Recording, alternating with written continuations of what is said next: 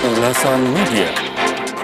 Rekan Dakta, saat kita masuk di segmen ulasan media bersama wartawan senior Bapak Cahya Gunawan. Assalamualaikum Pak Cahya. Waalaikumsalam warahmatullahi wabarakatuh. Selamat pagi, Mbak Ulfi. Selamat pagi Pak Cahya, kita masih akan terus seperti membahas sebelum perang ini berakhir. Amerika dan Israel menyerang Iran, tentu dampaknya sangat luar biasa, bukan hanya untuk Iran saja tetapi di seluruh negara di dunia ini. Pak Cahya, silakan. Ya, saya kira perang ini kalau Iran sepertinya bisa melakukan perang dalam jangka panjang nih, Mbak. Iya. Justru sebaliknya, Israel dan Amerika yang didukung Amerika akan makin kedodoran ya kalau lihat di pemberitaan yang ada. Karena rudal-rudal yang ditembakkan oleh Iran itu masih stok lama, bukan yang baru gitu. Dan Iran punya rudal ribuan gitu. Iya. Bahkan ada yang supersonik ya. Jadi kecepatan rudal itu bukan lagi 15.000 kilometer per jam, tapi dia hipersonik, melebihi kecepatan suara. Dan dampak yang ditimbulkannya juga lebih dahsyat kan. Kita lihat itu dari pemberitaan resmi, videonya itu Tel Aviv itu luluh lantak, Mbak. Iya. Jadi dengan adanya, dan itu kantornya Perdana Menteri Netanyahu kan rusak juga. Jadi sebagian besar warga Tel Aviv di Israel itu larinya ke bunker-bunker gitu. Nah, ini lalu orang kan udah banyak dibahas lah ya, Mbak, Ya. bagaimana dampaknya Indonesia. Siap. Cuma yang ini kan soal geopolitik ini, kemarin Pak Prabowo mengundang para mantan presiden dan wakil presiden ya, dan pimpinan partai ya, dan pengusaha juga. Nah, cuma masalahnya ini kan lalu tidak bisa segera menyelesaikan pertemuan itu, jangan sampai menjadi kosmetik politik ya. Harus ada follow up dari presiden bagaimana memperjelas posisi Indonesia. Karena kan dengan masuknya Indonesia di board of peace itu, ini kan sudah jelas bahwa kita memposisikan diri bukan lagi sebagai negara non-blok, ya kan? Tapi sudah berpihak kepada kepentingan Zionis Israel dan Amerika. Board of Peace yang tadinya didirikan, diinisiasi oleh Amerika untuk menciptakan perdamaian di Palestina, tapi justru Amerika sendiri bersama Israel yang memulai kekacauan di dunia ini dengan menyerang Iran. Jadi Board of Peace itu bukan lagi badan perdamaian, tapi badan perang itu. Jadi Board of War jadinya. Nah, itu jadi banyak kalangan lembaga keagamaan maupun para tokoh agama dan cendekiawan sudah menyarankan kepada Presiden Prabowo untuk segera keluar dari BOP. Gitu. Kembali lagi kepada posisi politik luar negeri kita yang bebas aktif, sebagaimana tertuang dalam konstitusi negara kita, yaitu Indonesia bebas aktif dalam menciptakan perdamaian dunia. Nah, kalau Indonesia masuk di BOP, bertahan di BOP, kita akan menjadi kaki tangannya Zionis Israel dan Amerika. Gitu. Jadi jangan sampai sia-sia mengumpulkan para mantan presiden dan wakil presiden, lalu tidak ada langkah selanjutnya yang lebih pasti gitu. Nah, itu sisi politiknya, Mbak. Iya. Sisi ekonominya, ini dengan ditutupnya Selat Hormuz oleh Iran, ya kan, ini akan mengganggu suplai minyak. Iya, benar. Bukan hanya ke Indonesia, ke negara-negara lain, terutama Cina, India yang jumlah penduduknya lebih banyak.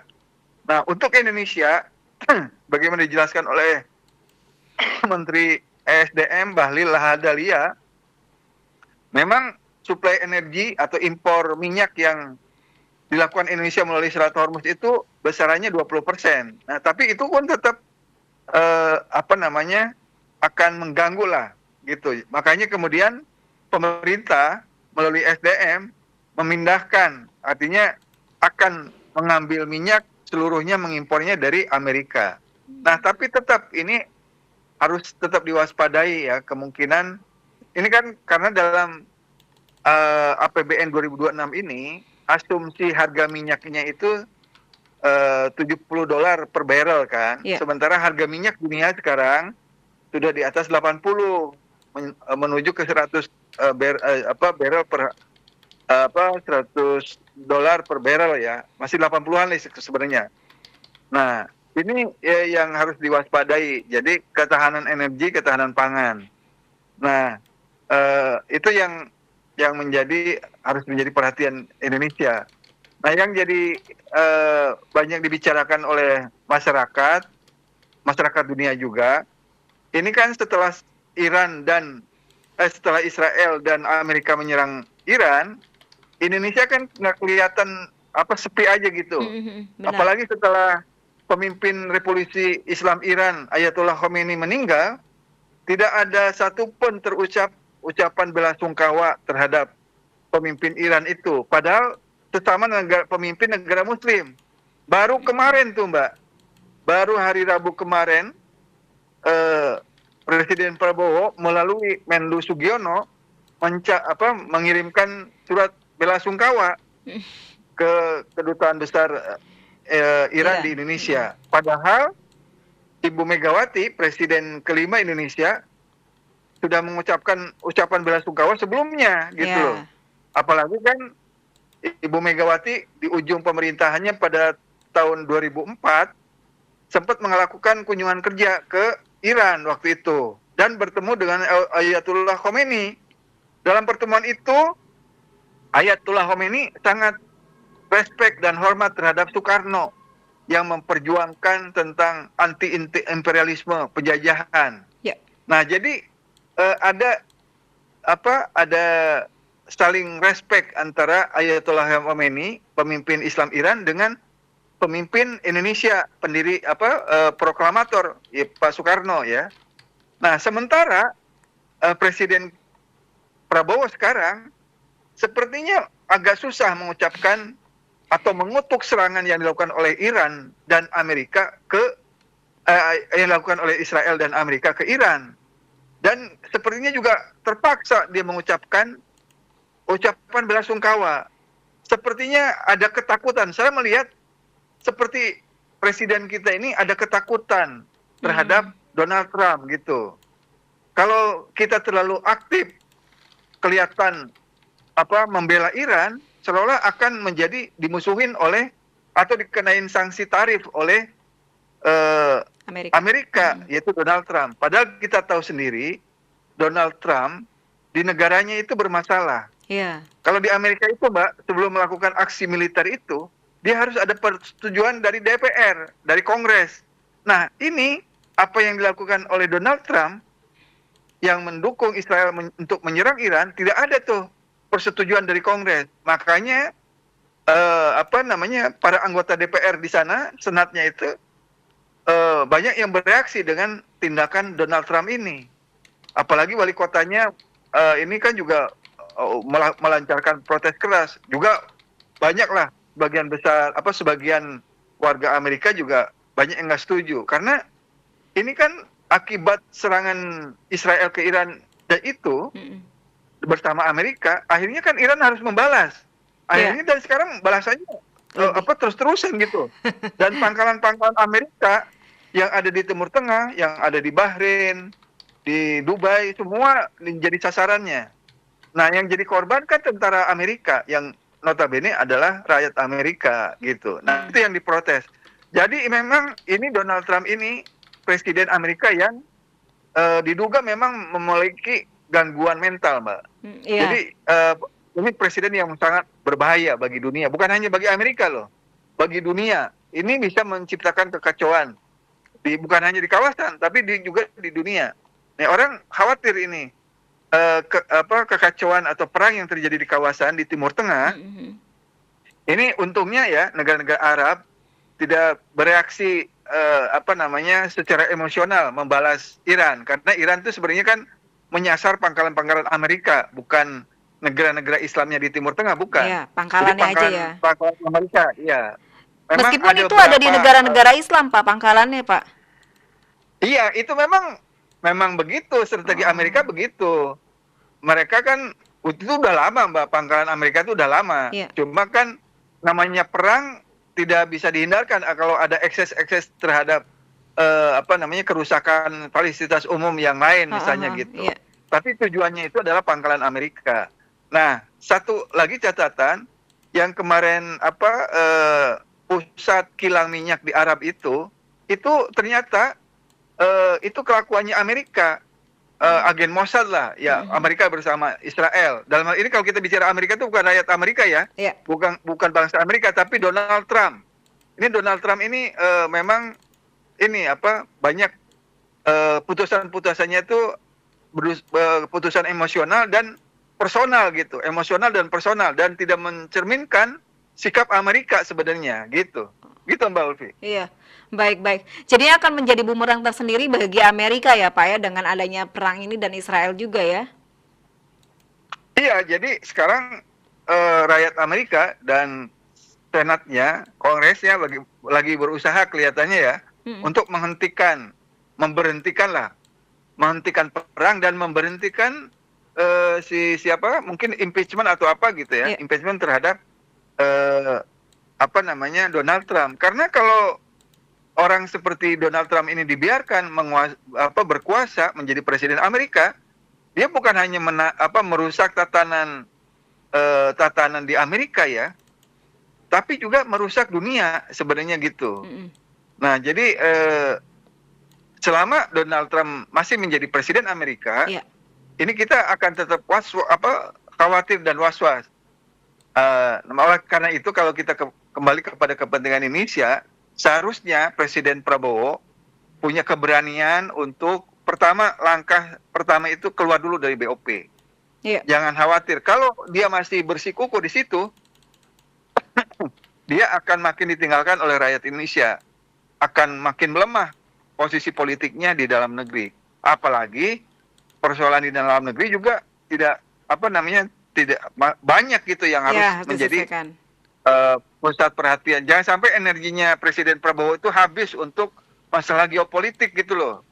Memang Mm-mm. geopolitik itu akan ada dampaknya bagi Indonesia, tapi posisi kita jangan menjadi bagian dari kepentingan Zionis Israel.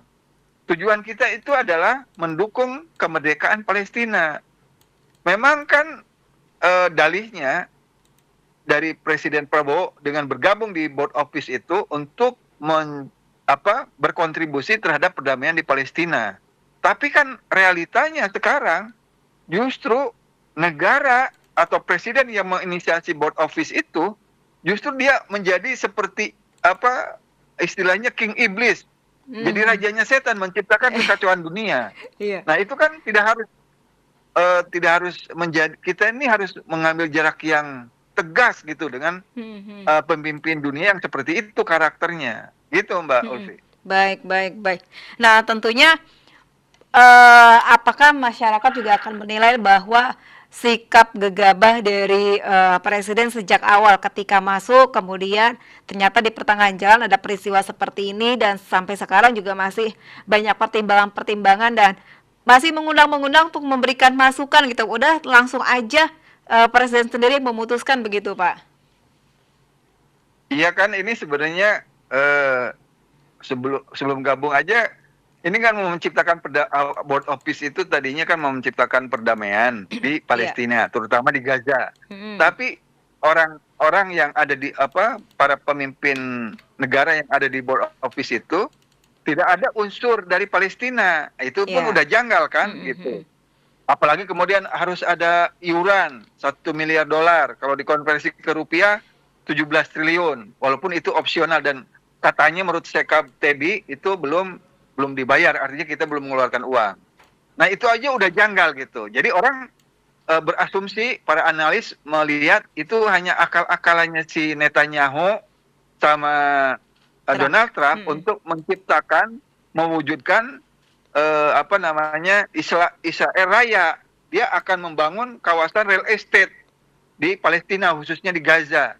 Dan di Palestina itu kan banyak sumber-sumber minyak juga. Iya, benar. Jadi sebenarnya motifnya itu, Netanyahu maupun Donald Trump itu, motifnya itu motif ekonomi, motif keuntungan gitu loh, untuk dianya sendiri gitu, bukan untuk Amerika atau dengan Israelnya gitu. Nah itu sebenarnya yang berbahaya dari board office itu. Nah sementara Indonesia seperti dijebak masuk ke dalam board office itu gitu loh. Iya. Jadi Indonesia tuh masih melihat apa namanya hal-hal yang ideal.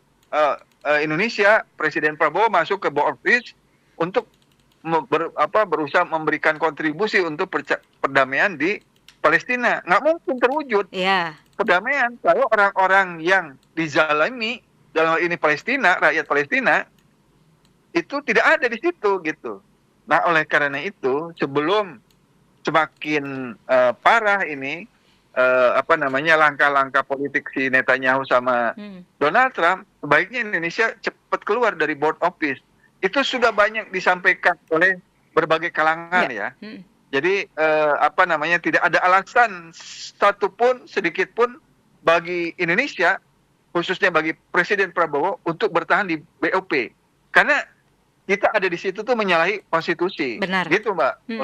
Baik. Padahal kalau untuk membela Palestina memerdekakan masih banyak ada cara yang lain yang lebih rasional daripada bergabung dengan BOP ya, Pak ya? Iya, harus di bawah PBB, Mbak. Iya. Sementara BOP itu tidak. Itu bukan bagian dari PBB gitu loh. Iya. Jadi itu betul-betul di luar agenda PBB. Itu agenda politiknya Netanyahu sama Donald Trump gitu. Nah, aduh, saya kalau melihat videonya bagaimana habis penandatangan BOP itu sedih ya. Itu Trump itu seolah-olah seperti memperlakukan presiden kita seperti ajudannya gitu, suruh megang piagam BOP itu gitu loh. Nah, itu kan jadi marwah kita Indonesia menjadi nggak ada apa-apanya di mata Donald Trump itu gitu. Nah, itu Mbak, jadi menurut saya jangan khawatir Indonesia misalnya diancam tarif misalnya kalau kita keluar dari BOP, jangan khawatir. Itu kan saya yakin itu Pak Prabowo itu punya kekhawatiran kalau keluar dari BOP kita akan dikenakan sanksi, paling tidak kenakan tarif tinggi ya dalam hal perdagangan antar kedua negara kalau kita keluar dari BOP. Gitu Mbak. Iya. Mungkin di awal-awal sebelum ada BOP maju kena mundur karena mau ikut, tapi nanti banyak kritikan. Cuman kalau nggak ikut mau lewat mana lagi selain Palestina begitu Pak? Ini mungkin kesempatan untuk menunjukkan ke Amerika bahwa Indonesia itu bisa Pak. Jadi kan ketika tidak ikut salah begitu Pak? Enggak, sebenarnya tetap harus dalam kerangka PBB Mbak. Tidak harus melalui BOP atau apa yang digagas oleh oleh Donald Trump. Jadi tetap jalur diplomasi untuk menciptakan two state solution ya kan? Yeah. Dua negara, dua pemerintahan di Palestina, misalnya ada Israel, ada Palestina. Itu kan rekomendasinya itu. Yeah. Nah, itu harus dalam kerangka PBB, harus dalam agenda PBB. Jadi diplomasinya, pembicaranya itu di dalam forum PBB, bukan di luar PBB seperti board office gitu. Jadi kita Indonesia, Pak Prabowo itu harus kembali kepada track yang benar. Jadi dengan masuknya kita ke BOP itu jelas itu keluar dari track yang benar itu untuk menciptakan perdamaian dan kemerdekaan Palestina itu ya melalui jalur PBB. Bagaimana Indonesia memperjuangkan agar Palestina bisa menjadi anggota tetap Dewan Keamanan PBB gitu loh. Selama ini kan enggak gitu. Nah itu yang harus ikut diperjuangkan oleh Indonesia gitu.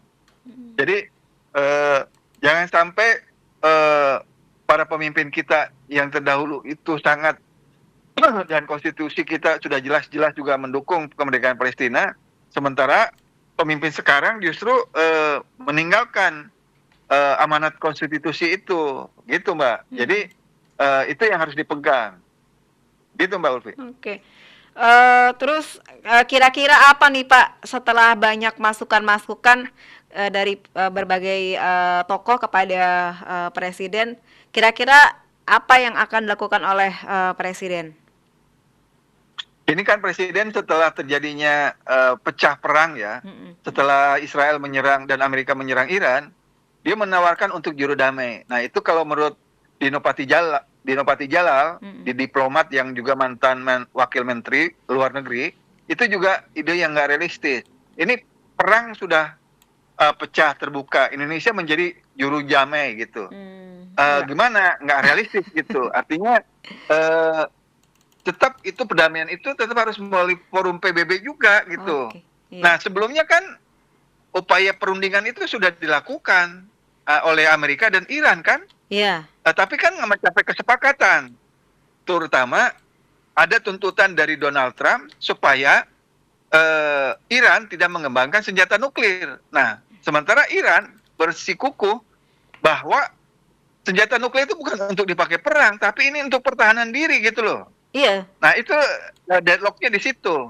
Hmm. Karena selama puluhan tahun Iran kan diblokade, ya kan? Iya. Diisolir oleh negara-negara barat, termasuk Amerika. Jadi dia mengembangkan teknologi dan segala macam itu sendiri, Mbak. Jadi sekarang tiba-tiba nggak boleh gitu. Memangnya siapa Amerika gitu kan? Iya. Nah itu sebenarnya deadlocknya di situ. Dan itu sudah perundingan itu sudah dilakukan di Oman Mm-mm. dan nggak mau capai kesepakatan. Perundingan kedua saya lupa di mana tempatnya. Iya. Nah tapi di perundingan kedua itu saat perundingan itu sedang berlangsung, tiba-tiba Iran dan Israel dan Amerika menyerang Iran. Oh. Jadi udah akhirnya tidak tercapai. Nah kembali kepada bagaimana di mana posisi Indonesia menjadi mau jadi mediator. Iya. Secara idenya bagus, Iya. kita ya, baiknya bagus ya harus diapresiasi. Tapi harus lihat realitasnya dong. Sekarang bagaimana peta geopolitiknya gitu loh. Iya, iya. Gitu. Jadi kalau mau jadi juru damai, kan anehnya tuh gini Mbak. Setelah Indonesia menyatakan ingin jadi juru damai, Iya. Justru duta besar Indonesia duta besar Iran untuk Indonesia malah justru menemui mantan wakil presiden Pak Yusuf Kala. Nah ini kan sebenarnya kalau dalam dunia diplomasi itu kan tamparan keras bagi presiden kita. Iya. Artinya yang menawarkan diri menjadi mediator itu Pak Prabowo, Iya. tapi dubes Iran untuk Indonesia justru mendatanginya Pak JK. Kenapa Pak JK didatangi? Karena Pak JK sebelumnya juga pernah melakukan konferensi pers kan, Iya. tentang situasi geopolitik. Yang kedua, saya mengira karena Pak JK ini punya pengalaman dan portofolio dalam perundingan mewujudkan perdamaian pada saat penandatanganan kesepakatan antara pemerintah Indonesia dengan gerakan Aceh Merdeka. Iya. Pada tahun 2005 di Helsinki, itu peran Pak JK sangat kuat di situ untuk menciptakan perdamaian. Sampai dibuat kesepakatan damai antara GAM dengan pemerintah Indonesia. Itu pencapaian momentum yang yang dicapai oleh Pak JK. Yang lain kan di dalam negeri juga dulu di Poso Pak JK juga punya peran. Iya. Nah, dubes Iran itu pasti tahu pengalaman dan portofolionya Pak JK, makanya didatengin gitu. Nah, jadi menurut saya Pak Prabowo itu harusnya melihat kapasitasnya gitu loh. Kalau mau mendamaikan orang lagi perang itu bagaimana gitu. Gitu kan? Iya. Harusnya belajarnya sama Pak JK gitu loh. Iya, iya. Jadi menurut saya tidak asal menawarkan diri menjadi juru damai, tapi nggak tahu apa yang harus dilakukan kan gitu. Bukan ya memang lewat jalur diplomasi, ya kan jalur diplomasi. Tapi kan ide konvensional begitu. Benar. Nah masalahnya kan perundingan itu sudah dilakukan antara Amerika dan Iran, nggak dicapai kesepakatan. Nah tiba-tiba sekarang Israel menyerang Iran, kan akhirnya sekarang makin memanas kan gitu. Benar. Itu aja sebenarnya Mbak. Jadi seperti Dino Patijalal, ide untuk menjadi mediator itu tidak realistis lah dalam kondisi seperti sekarang. Gitu Mbak Ulfi. Iya, baik. Jadi menawarkan solusi tapi nggak ada solusi ya Pak ya? Iya, mengatasi masalah tapi dengan masalah baru lah. Iya. Beda dengan tagline yang lain ya, mengatasi masalah tanpa masalah. Ini mengatasi masalah dengan masalah juga ya Pak. Iya gitu. Jadi idenya bagus, iya, kita apresiasi lah. Tapi kan harus lihat lihat kondisinya bagaimana. Ini sekarang lagi berkecamuk, kok mau didamaikan gimana gitu. Iya. Jadi apalagi gini Mbak, itu Heeh. akibat serangan pertama dari Iran itu tadi ada laporan resmi Heeh. sekitar 1.000 itu yang meninggal warga Iran. Dan itu anak-anak sekolah. Terus setelah itu Ayatollah Khamenei. Kan di Iran itu walaupun para pemimpinnya udah meninggal, Iya. tapi sistemnya tuh udah kuat, Mbak. Orang-orangnya tuh udah kuat dan biasa mentalnya tuh mental pejuang, Iya. mental pelawan karena melawan gitu. Mhm. Karena negara itu dan rakyatnya sudah bertahun-tahun diisolasi. Biasa Iya. begitu dan sekarang dia menciptakan alat-alat persenjataan itu dengan kekuatan sendiri tanpa bantuan Mhm. negara lain. Itu yang harus kita apresiasi ya. Di luar debat soal Sunni Syiah kan di kita Iya. ini kan Debatnya itu aja ya. debatnya malah ke situ, bukannya Iya. mendukung bukannya mendukung Iran membasmi kejaliman yang dilakukan oleh Zionis Israel, malah jadi debatnya ke Sunni Syiah. Aduh, repot. Iya, baik. Gitu. Ini bukan masalah keyakinan tapi kemanusiaan juga ya, Pak ya. Iya, Mbak. Ini Iya. kalau jangankan kalau ada negara kafir pun yang menentang kezaliman, menentang Zionis Israel, ya kita dukung. Iya, Ya benar. kan? Misalnya negara-negara Eropa seperti Prancis misalnya atau Jerman misalnya, dia mengutuk serangan Iran serangan Israel ke Iran. Itu kan karena Israel memang selama ini dia membantai habis-habisan warga Palestina di Gaza kan gitu. Iya, benar. Jadi walaupun ini dua medan yang berbeda, Mbak, ya, antara pembantaian Zionis Israel di Gaza dan perang Iran dengan Israel, tapi ini ada korelasi gitu.